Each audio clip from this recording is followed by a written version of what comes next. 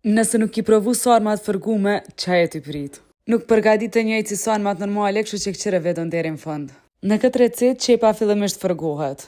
Mbas pak minutave e bëjmë bashkë me mishin. Në vend të rizit, bukën e lojmë me qëndrun qumsht për pak minuta. E bëjmë me troshat vogla, edhe e hekim qumshtin para se me bo bashkë me mishin. E shtojmë një ve edhe magdanoz.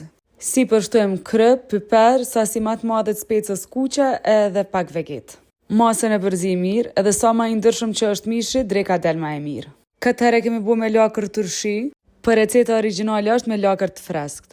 Veç duhet mi zi fletat për pak minuta para se mi i pështil. Në fund t'i fërgojmë me vaj tulliret, kur s'kuqen pak i vendosim në enë të dhaut. Në enën kujën kuq sajrë ma shtojmë edhe gjalp, deri sa gjalpa të shkrijet vendosim kajmak me në enë tjetër, shtojmë edhe pana të qumshtit, e përzi mirë edhe shtojmë ekstra qumsht. Një lug miell, kryp, piper edhe specë të kuqe për ngjyrë.